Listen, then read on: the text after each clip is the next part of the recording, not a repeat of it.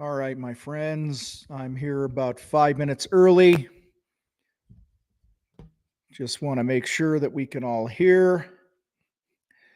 Got I have a big night ahead of me here, so this will be around a half an hour or so tonight. Let me know if you can hear me in the chat box. If you're watching this on Facebook, make sure you grant StreamYard permission if you want your name shown. I typically do not answer questions unless I know who's asking the question. It is Monday, January 30th at 3:56 p.m. Mountain Time. And excited to be here. So, Stacy's here. How are you? Jeff, Edward, Ants. Good to see y'all. Let me make a couple tweaks here. Allah Hayek. You related to Salma Hayek? All right. Anyway, can you hear me? Lawrence, what's up? Good to see you. Gary Sakin, what's up, my man? Facebook user. David on YouTube. Got a bunch of YouTubers here. Contractor 2.0, what's going on? Michael Hartel, what's up on Facebook? Good to see you here. All right. Who else? No, I am not. Okay, yeah, no relation. Damn. Anyway, I always thought she was pretty hot. So, anyway. Okay, got about 3 minutes here. We'll kick off officially. I'm just shooting the shit here a little bit with y'all. Where are you at? What do you do? If you're a first timer, put first timer in here. Appreciate you being here. Okay. Just checking some things. Let me shut off a couple notifications here. Blah, blah, blah. We got that. Grady's, what's up? First timer, glad you're here. Welcome. Appreciate you being part of the fight. Lincoln, Illinois. Sean, what's up, man? All right. I'm from Illinois, but you already knew that. All right. I think these notifications are off.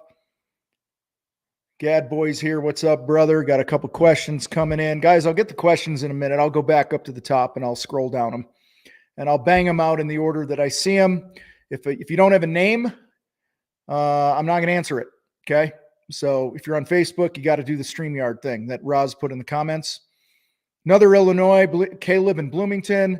Zoltan, what's up? God, what a freaking cool name. It's like I don't know. It's like you should be dominating the world with that name. I love that name. Craig is here in San Diego. Carpet installs. Okay, about one more minute, my friends. We'll kick off at the top of the hour. We got a Facebook user with the clapping hands. Good to see you, whoever you are. Yeah, Sean, it's a Viking name, right? All right. Chad is in Vegas at IBS. Good for you. Yeah, we threw around the idea of going there and stuff, but oftentimes the juice is not worth the squeeze for us at big shows like that. That's a whole different story. Andrew's here from North Iowa. Good to see you. All right. All right, so I think I got any kinks worked out here. I'm getting ready to answer some of these questions and hit things here with you guys. I want to welcome you to live contractor Q&A on Monday, January 30th, 2023. If I look shiny, I just got back in from my second workout of the day. It's about 5 degrees out, and I was out doing my weighted vest walk, and I lather my face up with like lotion and stuff so it doesn't frostbite because it was cold. I was out there for about an hour. Kind of worn out. I actually had I'm on the phase 3 of 75 hard, live hard program. And my day consists of This is the checklist for each day. 2 workouts, 1 outside, progress picture, 10 pages of reading, drink a gallon of water, follow a diet, no cheat meals or alcohol, 5-minute cold shower, my 8 power list, critical task, a conversation with a stranger, and a random act of kindness. So I have gotten, I had my water done. I had a gallon of water consumed. Check this out. I've never done this before. Between 7 a.m. and 11:14 a.m. So just over 4 hours, I pounded a gallon of water. Got a couple workouts in, so I'm golden. It's all downhill from here. I just got some things I got to do tonight. If you're in Battleground, don't forget we have a 2023 State of Battleground meeting after this at the top of the hour at 5 o'clock Mountain Time, 7 o'clock Eastern. And with that, I'm going to hit some questions. Ants, do you charge for coming out and taking a look? It depends. In our Shinfu sales training pre-qualification progress, step 5 is called the BS meter, which is where we implement a consultation fee. Estimates are free. They are done on our terms, which means you send us a picture. We get on the phone. We have a 5, 10, 20-minute conversation, make sure that we're a good fit. And then if we are invited out to the home to do a site visit, we will then come out and do a site visit. Some people always do a consult fee. Some don't. I'm one of the people that doesn't. I believe if you have the right marketing, right website, you're talking about pricing, you're attracting better quality prospects. And then when you pair that with how we teach you how to have a conversation with somebody, it's often not necessary to have a consult fee unless your spidey sense is tingling. Other people never go out for free. Okay. But the difference here, guys, is the estimate is free. The estimate is over the phone. The sale actually happens on the phone before you ever hit the yard or the house. Good question. Edward Torres, hello. This happened a few years back. If a truck broke down, why are you asking me now? If it happened a few years back. If truck broke down, no money to fix it, can't get around town, what's the first steps on getting back on tracks? What calls to make? You got to ask who you know, man. Okay? Sell some shit and rent a vehicle. I knew a deck builder who was homeless and built a multi-million-dollar deck business while he lived in a homeless shelter, and he used to take a taxi to his estimates. Okay, so there's always a way. So Edward, figure it out, man. Sounds like you already did. But guys, here's the thing. And I'm not picking on Edward here. I'm not meaning to. That's not my intent. But guys, if you did not have a source like this, if you did not have social media, if you had to figure it out on your own, I think you'd all be really fucking surprised with how resourceful you would be. All right. A lot of you don't run things through. Okay, I got to figure this out. What do I have control over? What could I do? Who do I know? You just automatically go to, I'm just going to ask the internet. Okay. And as great as a resource as it is, I think oftentimes it prevents us from solving our own fucking problems. All right. Next question. I'm just scrolling. Edward again. Share a little bit about a weekly discipline, what needs to be done every week as a business owner. For example, payroll's a must. What you need to fucking sell. Just go watch I got like over 700 videos on YouTube. We got over 1,000 podcasts. I talk about it all day. I'll tell you right now, if you are not ringing the cash register every damn day of the year, that is 365 days a year. If you are not taking actions to sell something every day of the year, you're a fucking idiot. You're a lazy bitch. Okay. And sorry, too bad if you don't like it, but I'm here to wake you fuckers up. All right. I'm not here to play games. A lot of you guys are giving a shit about putting all these systems and org charts and all this shit in place when you can't even sell one fucking job at the right price. You don't even job cost. There's so many other things you're not doing. So guys, until work is overwhelming you and your team, don't give a shit about anything but selling and marketing and building your brand. Okay. Build your brand, market, get eyeballs, close deals at a 50% or better. If you're at a 50% or better gross profit, meaning if the job is costing you 10 grand to produce, charge at least 20. And if you're still overwhelmed, raise your fucking prices again. Okay. Edward, come on. Collect the money. Collect the money. Recruit. I love you. Thanks for being here. All right. Edward, you're the next. I'm not answering this. Okay. Just fucking self-fund your own equipment. Okay. Like Edward's the only one asking questions here today, guys. Caleb, what's up? Me and my partner struggled with today. Question me and my partner struggled with today. How can we keep encouraging our office staff to hustle and do all the busy work and stay focused and motivated? They do the same stuff daily. Well, I think you got to listen. One of the big things, Caleb, is every human being wants to know that they're significant, that they're important. They want to know how they fit in to the big picture. And so one of the things that we often fail at, and I say we because I do from time to time, is we fail to communicate what's in it for them if we achieve our goals as a company. So I would start there. I would sit them down individually and go, hey, what do you want to accomplish this year? Well, I'd really like to take a vacation, or I'd really like to buy a boat, or I'd really like to whatever. All right, well, hey, listen, let's hit certain milestones in the company, and I want to help you get there. Okay, what's in it for them? When you know what's in it for them and you can help add value to their life, that their life is better off serving you and your business and your customers, motivation will never be an issue. All right. Scrolling.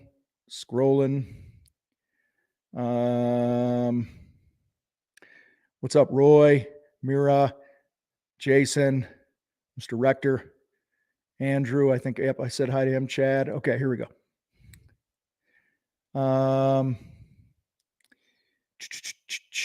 Lawrence, any ideas about contractors on same projects, similar trade, who are actively trying to scooping work off GC who were already contacted? I don't understand the question. Okay. Tell you about the Shin Fu program coming out. I don't know, Roz, we probably have a podcast somewhere. Jeff, if you want to make sure you never spend time with the wrong prospects again. Oh, never mind. Let me reread that about the Shin Fu program coming out. Yeah, we have a new video training coming out. That is the basics of the Shin Fu that'll be out in the next several days here. We've got a few finishing touches to put on it. And it will educate people on the basics of it. And from there, we highly encourage that people jump into our Battleground program, where you can actually practice and learn from people who know what the hell they're doing, so that you're not like somebody who's been given a firearm and never had any training with it. Okay. So anyway, do you have a starting point to get a solid lien waiver? Yeah, I contact my attorney, Contractor 2.0. Seriously, I'm being dead serious. Yeah. Talk to Carolyn Cromines, the Cromines law firm. They're out of Houston, Texas. They serve all 50 states. She's actually one of our fight coaches. So I would just talk to her. Guys, anything legal or tax related, I never figure out. I never do on my own. Ever. Okay? Ever. All right? Too many things that could go wrong. Great question, though. Seriously, and it's an important question. All right? Because you got to play defense. Michael, what's up? Does Dos Lions Gate entry doors and patio sound like a fine name? It depends who your ideal client is. And listen, there's a lot of names out there that I would never like or pick that do great in business. It all comes down to how you market your business, build your brand, the experience you provide, the story you tell with your brand. There's a lot of different things there, Michael. So,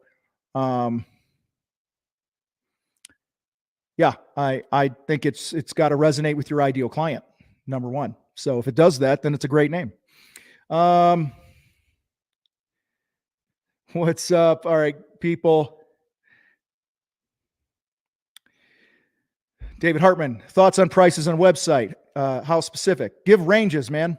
Most water filtration jobs I do hit $2,900. So you can do what's called a project profile, and you could write a blog post or an article and talk about, when we do X type of a job, water filtration systems, they start at this, and we've done projects all the way up to this. Here's some of the factors that can make the price go up or down. What does it cost to remodel a kitchen? Well, it depends. An entry-level kitchen with just some nice quality bells and whistles, nothing fancy, could start at this. And, you could go all the way up to magazine quality, award-winning, high-end everything, blowing out the ceiling and putting beams in the kitchen and a freaking stripper pole and all this other stuff. And that's going to be 300 grand. So guys, when you talk prices on your website, you guys, you're not locking yourself into a price. You're giving ranges so that people know what to expect and you're educating them. Great question, Michael. What's up, Bunker? Good to see you. Should all my market focus be on Google searches if I don't have prior referrals or brand history? Well, if you don't, it sounds like you don't, since you asked the question about the business name, I'm making an assumption, which I hate to do, that you've never done any jobs. Okay. So if you haven't done any jobs, I would get out and start shaking hands and handing out business cards. That's going to be the fastest way to get work, while at the same time, invest just like you would a tool for your business or a piece of equipment. Invest in a website that is a high converting website for what people are searching for. You do that by creating content, hiring a great SEO company, hiring a pro website builder that knows what the hell they're doing. So it gets done right the first time. You don't spend another 20 grand over the next year and a half fixing that shit like a lot of people do. Edward, thanks, man. Good to hear that with the mastery ladder. Facebook user has a question. I'm not answering because your name's not there. I want to know who I'm talking to. Wyatt Joyce. Any advice on how to make marketing more of a routine? Find that I could sell a lot, but then I have 2 weeks work on jobs, get busy, the labor side, and then the market. Yeah, number one, you got to understand, Wyatt, your job is to get leads and to sell. That's your only job. Producing the work is secondary. So this is, for me, just a simple answer for you. It's time blocking. Okay. Get up an hour earlier and spend 30, 60, 90 minutes a day at some point of the day consistently doing something to build your brand and market your business. Okay. And I'm talking like, content things, or maybe what I used to do is in the middle of the job, I'd get my guys set up. I'd peel away for a couple hours, 3-4 hours where I knew they were okay. And I would go shake hands, introduce myself to influencers, hand out business cards, and prospect for 4 to 5 hours. And then I would touch base with the crew, backing in and out and things like that. And it was a pain in the ass, but it's what we had to do. And so the routine is whatever you're going to follow, man. Okay. But yeah, you can't let yourself get distracted with the labor side of things. Okay. Because you'll never escape this. There's a lot of people that have been in business for 10, 15, 20 years that never get out of this pattern, and they're reliving the same year over and over, Wyatt. And they don't make, one year they'll make 55 grand. The next year they'll make 120. The next year they'll make 40 grand. The next year they'll make 70 grand. There's no consistency. Their crew is changing every year. They got to find new guys. They don't have a retirement, all this other shit. And that's because they don't first and foremost see their number one job is getting eyeballs and selling jobs every single day. Okay. And set some rules for yourself too. Like, hey, if there's a busy day in the field, I get it, but don't go to bed until you do certain marketing activities at night, sending prospecting emails out late at night or whatever it is to possible influencers, writing some social posts, crafting some emails to go out for your weekly email marketing, whatever, just make that commitment. You got this. Mira, what's up? Elaborate what it means to build your brand. I think you have a decent grasp on the actions. How do you know if you built a great brand? Well, let me ask you, here's brand. Let's just define it. When somebody sees your name, what do they think? When they see your brand identity, your trucks, your employees, your shirts, your uniforms, your job site, your company name, all those things, when somebody sees it, what are they thinking? What's the first thing that comes to mind? So if I say Walmart, most of you guys think cheap. If I say Nordstrom's, most of you think great experience, high end. If I say Mercedes, you think luxury car, things like that. Okay. Same with our companies, you guys. All right. I believe, just elaborating what it means to build your brand, that, if I'm a painter, if I'm a painting contractor, I want to create so much content, add so much value, and educate people so much and be so involved in the community that anytime somebody literally thinks of the word paint or painting, they think of Tom. Okay. That's how personally I measure whether or not I'm building my brand. Okay. There's a lot more that goes into it, but it's really the story we tell. What story are you telling with the messages you're putting out to the world? Are those stories resonating with your ideal client persona? You know, the people that you would like to clone over and over and over. Okay.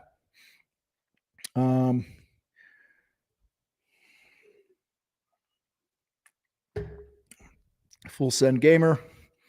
Any tips for finding out what investments and calculating what would produce the greatest ROI, trying to prioritize what pieces of equipment to get to make the money back the fastest? Number one, equipment investments are not my wheelhouse. With that, I would tell you this is where you have a conversation with your CFO, your chief financial officer in your company, not your bookkeeper. Okay. Possibly your CPA, but you should have a CPO, somebody who knows how to invest money a little better in a business.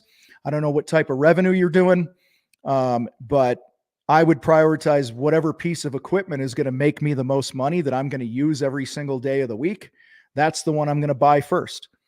But again, this is there's not enough context here to be able to give you an answer that's probably really going to help you. Paul. I have another contractor wanting me to come on as a consultant to some degree, meeting tomorrow to hash stuff out. Any advice on how to value myself in that capacity? It depends what it's worth to that contractor. It depends what it's, what it's worth to you to invest your time. You can do an equity deal, where let's say they had $100,000 in net profit in 2022. So you could take a cut of everything over $100,000 in net profit in 2023, and you guys negotiate that. So,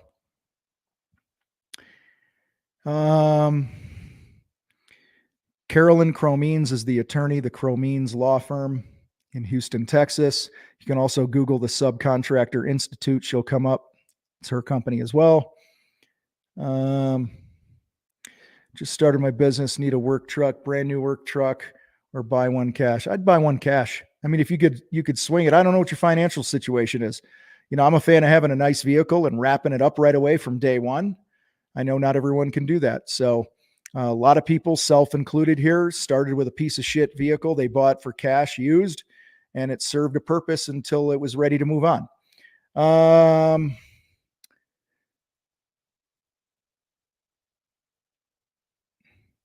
I'm Jorge. What's up? I'm afraid to charge in the jobs. Do you have a technique to don't be afraid to lost a job?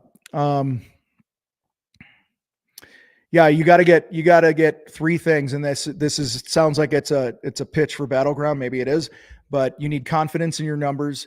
You need to learn how to sell unafraid, and you need to practice that daily, and you need to know how to get eyeballs so that you have plenty of leads. So you're not a pussy when you only have one or two leads and you have to sell unafraid. Okay. Pardon my French there, everybody, if you had a little kid in the room. But if you have a little kid in the room and it's me on here, it's on you. That's your fault. So,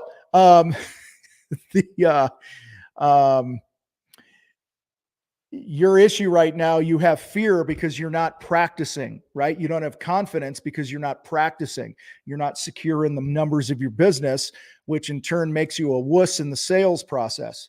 And then if you're not building your brand and marketing your business each day and building relationships and getting lots and lots of qualified leads in, you're going to be even more of a chicken when it comes to the sales process. So all these things we address in Battleground. That's why we have Battleground. Sultan, what's up? When's the Daily Planner available on the website? Do you ship the UK? We discontinued making it. We're going back and forth on whether or not we're going to make an updated version of one that's a little better. So we have no answers on that right now. Caleb again, marketing online, something we're good at. We need business. We need a business plus lots of prevention work like waterproofing. Question is below this comment. Website builder SEO. Ask Zach. That's the one right below that. Check out Contractor Growth Network. Talk to Logan. Tell him the fight sent you. Caleb, what's the best way to market a need business? My customers don't want us knocking on their door to tell them they have mold. It's education, man. It's what I'm doing here. You create enough content around the questions they're already asking in Google. So like one thing, I'll just pull up a window here. You guys won't see it, but I'm going to go, how do I know if I have mold? And all this stuff pops up. How do I know if I have mold in my house? How do I know if I have mold poisoning? How do I know if I have mold in my air ducts? How do I know if I have mold in my walls, in my lungs, in my bathroom, in my apartment, behind my walls? Guys, man, this is all content that you could be creating and educating people on. Okay. There are different layers of content, and one of the layers of people that would hire you, a lot of them don't know they even have a problem. So this is the type of content that you create. Excuse me, I have the hiccups. Caleb, type of content that you create where you're like, hey, this is Caleb with the Mold Guys or whatever your company is, right? And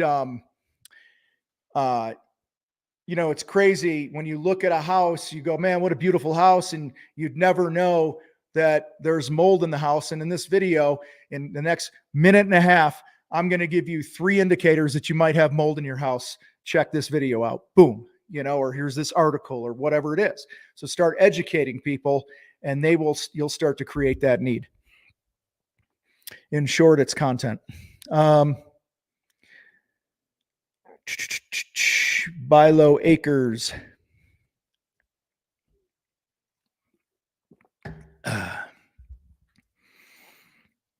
We own a small excavation company. Thinking out handing swag to our customers, help build our brand. Do you feel there's a good return on investment soon on this? No, there's not. I'll tell you what,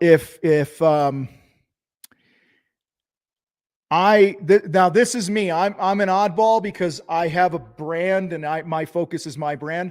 I rarely wear anyone else's shit. Okay. I wear my shit. So that's number one. But unless you're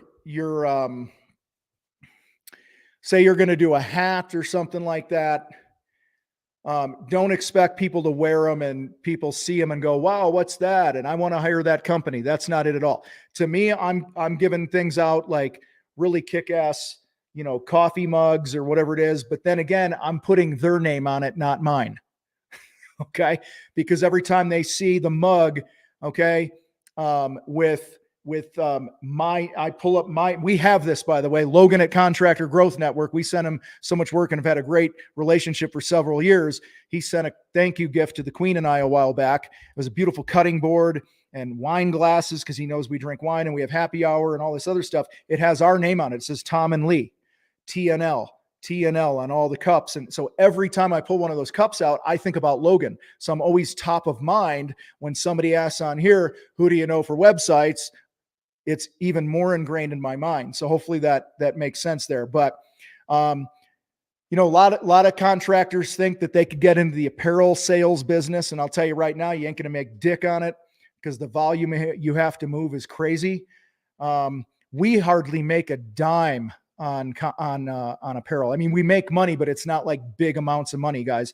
There's a lot that goes into it. There's a lot of distractions when something doesn't get shipped or, lost in the mail or the wrong size is sent or whatever it is. So I would swag up your team.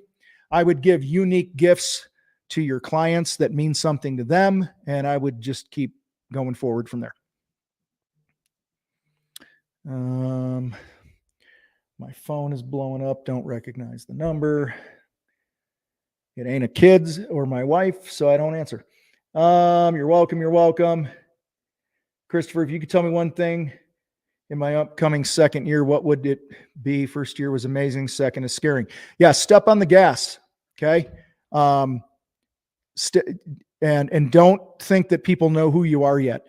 I know we did a, 1 or 2 videos on the YouTube channel, Christopher, of what I would tell my younger self. And there's another one on what I would do, I think, in the first 5 years of business or something like that. I would check those out. Azure read something. Sorry, it's far away and I can't read it. I'm the lead for a company I work for. How much transparency regarding the sales or state of sale of potential projects should I be expecting? Should I expect to hear about everything?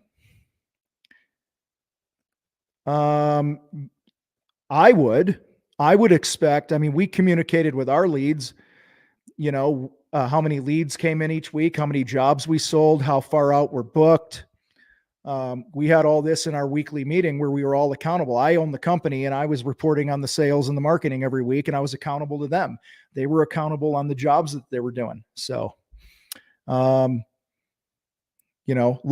of owners are chicken shit when it comes to being transparent with their teams, not because they're jerks, but because they don't even know their numbers to begin with. And if that's the case, give them the link, thecontractorfight.com/book, and get them the free book.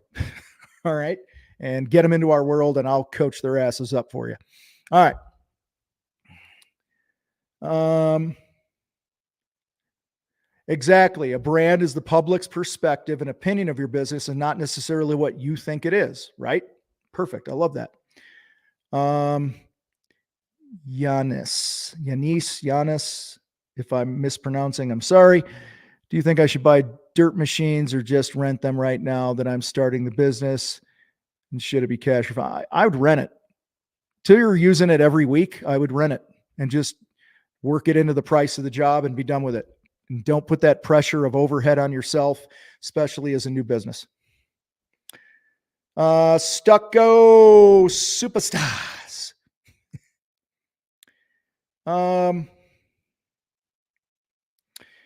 Thinking about driving to a client's home I have done work for and deliver business cards, asking them for, I tried asking through text, but not the results I wanted, only a couple of reviews. Pick up the phone. I mean, if you want to drive out there, but I'd rather you call me personally. And listen, I'm just going to share from my perspective as a homeowner, with, a wife and dogs and kids and just a busy schedule and stuff. It's kind of an annoyance when somebody knocks on our door. Okay. It depends on the time of day, but like I work from home. If it's in the middle of the day and you knock on the door, my dogs bark and you fuck up my recordings. Okay. And I got to start over.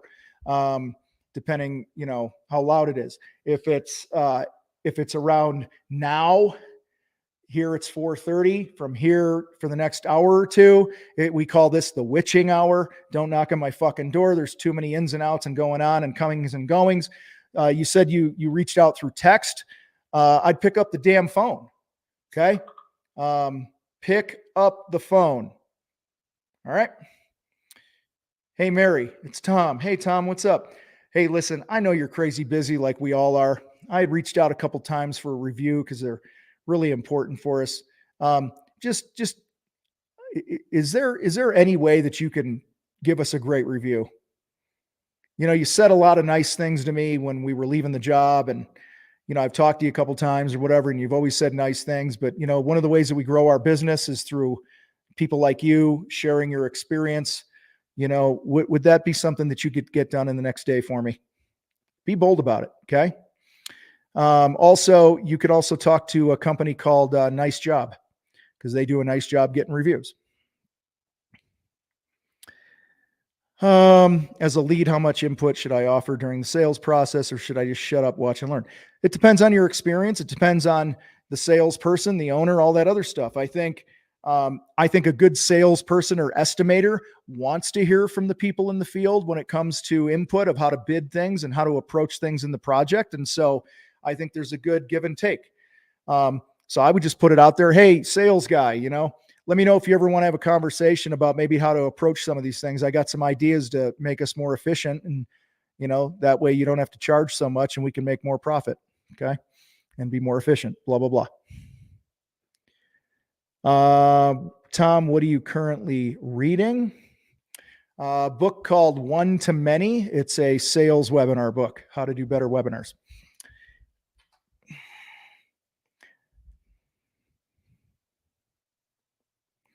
Mira, do you think pricing your work at 50% GP in a competitive market necessarily puts you out of reach of most middle-class clients? how much can sales training bridge this gap? Well, sales training is never a bad idea. Number two, this all starts with your mindset. Okay. You think it's about having to be competitive in the market. You don't have to be competitive. You need to give the most value based on what the client, the prospect feels is value. When you connect with their value, which we teach in the motive step, okay? When you connect with the value that's important to them, they don't give a shit what it costs. All right. So don't worry about putting yourself out of reach. Also, this is why I talk so much about building your brand and marketing and educating. When you position yourself as the expert, you weed out all those middle class, lower middle class tire kickers that'll never hire you. You attract the people that want shit done. They want it done right. They want it done quickly. Okay. So this is a mindset issue for you. Number one, I know this because I've had conversations with you before in Arizona. And you just seem, Mira, to keep running into this hump of being a wuss when it comes to charging what you need to charge. Okay. I'll just call it the way I see it. You know the value you bring and you're worth that. Okay. Now remember, I also did a video not too long ago I think it was on how to bid a paint job, but it applies to everybody, where I talk about production rates. Okay. You might be overpriced because you have too many hours bid for the job, because you can actually finish the job in a more efficient manner. This is why we job cost. Okay. So anyway, there's a big can of worms of that. All right. Couple more minutes here, guys. And I got to go. I got to get ready for another call.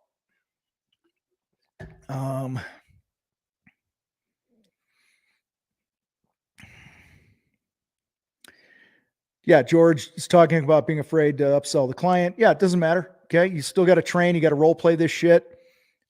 Be bold, and don't sell anything unethically. We don't, just, hey, I've been walking by this part of the house that we're not doing. I noticed there's this issue over here. I know it's not part of our scope of work. Did you want to have a conversation about making this right while we're here? I mean, you're just putting it out there, and it's their choice to opt in or opt out. Merrick, what's up, buddy?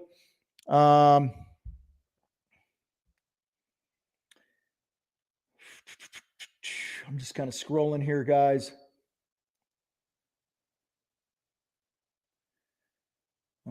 Gregory Smith, thoughts about taking jobs from home warranty companies like American Home Shield. Blah, blah, blah. They have hundreds and thousands of members that would not have found me. I don't know. I like being in control of my marketing. To me, that's no different than Service Magic or Home Advisor or whatever the hell they're called now. I don't like any middleman between me and my client, if that makes sense. Unless it's like a GC or somebody I have a great relationship and I'm getting my numbers and there's respect and things like that. But if that works for you, go for it. To me, it's the same thing like being a Home Depot contractor. I would never be a Home Depot contractor. Okay. I think those that resort to being like a Home Depot contractor are just lazy when it comes to building their own brand. Okay. And hunting for their own game. All right. Anyway, no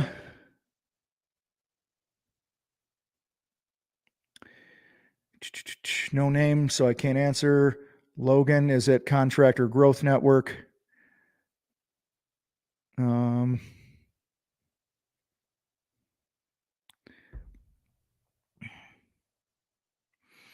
Selling enough to pay for my own overhead, says comedian Paul Gregory.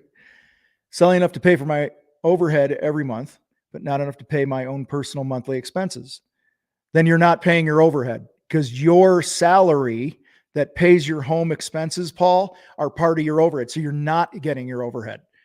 Okay. Long-term, I know the long-term answer, but what I do month right now, you up your prices. So if your monthly overhead, I'm just going to pick it here. If you're like, oh, it's $10,000, but then that doesn't include you and you're another $10,000. Okay. Cause you should be, cause you're worth it. You better be paying yourself at least 125 grand a year.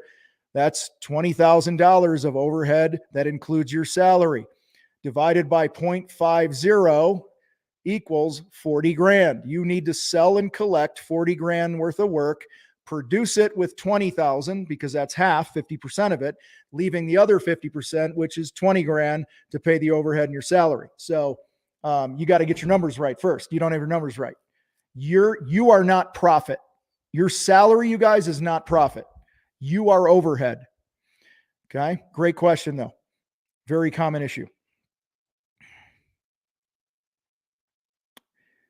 I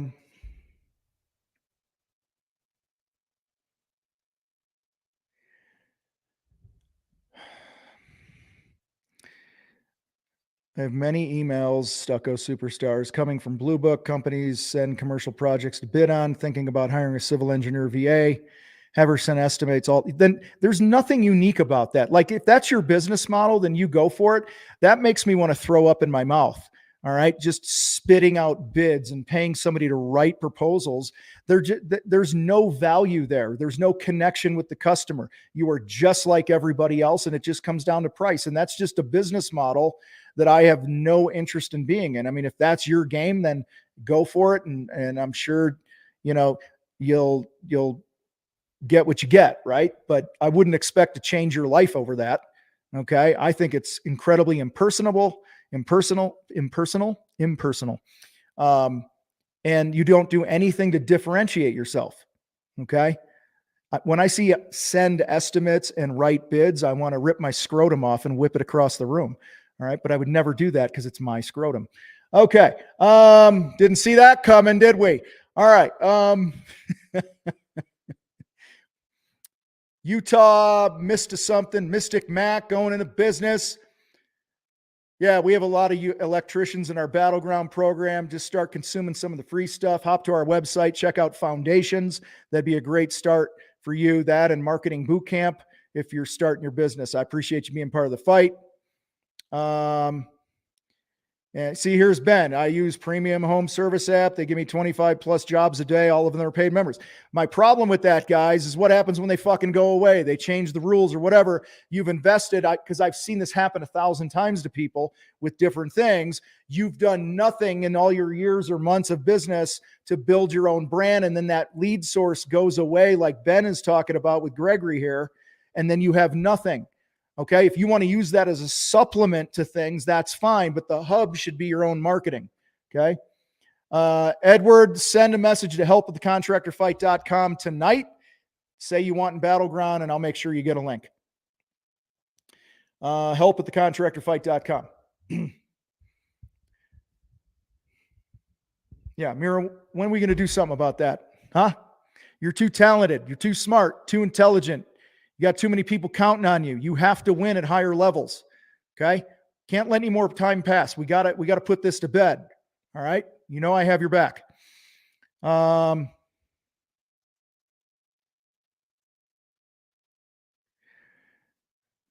Zach, great job.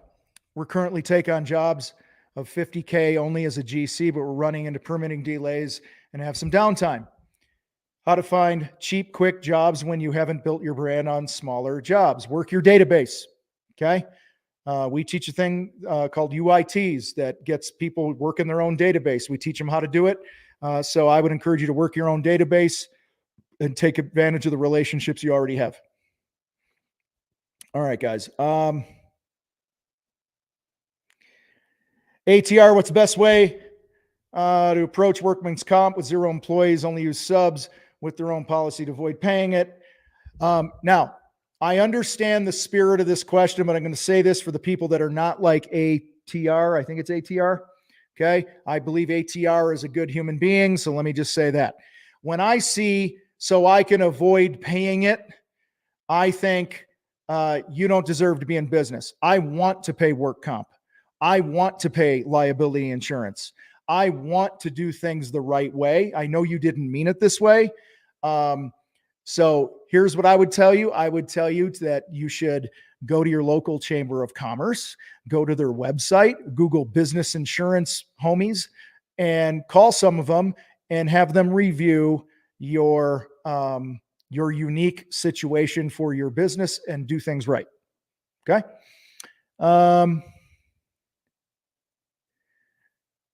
Craig, I had a guy I worked for in the past tell me I should not add my rent into what I need for my daily. Why not? It's your fucking home bills, you guys.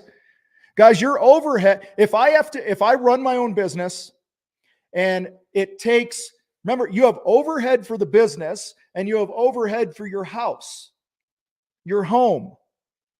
So if my mortgage and my cable and, my homeowners association and my homeowners insurance or rent or whatever, the groceries, dentist bills, braces payments, or whatever it is, all these things, you guys, okay? That is my overhead. That's what I must bring home minimum. That's without even saving shit. Now, I work in my investments, what I want to invest personally into the stock market and other investments into my overhead amount. Okay. So let's say my overhead amount for the house is $50,000 a month. That 50 grand is my salary. Okay. 50 grand a month or whatever it is. Okay. That is now that 50 grand salary to me, the owner, becomes part of the business overhead, you guys. Okay. Otherwise, you might as well work for somebody else because you're working for free. If you've gone more than like 2 months, okay, 2 months of not being able to pay your bills, one of two things. You need to get your ass in battleground and throw a Hail Mary, which I don't recommend because if you're that desperate, you probably don't have the discipline to cut it in battleground. So that leaves the other option. You should probably shut your business down and go get a job for somebody else who will pay you well, and you can take all this other pressure off of your shoulders. So that's my take. All right, last question here. In order, what would you say is most crucial parts for an almost fully established business? In order, I don't get the question. Okay. I don't get the question. Sorry, Caleb.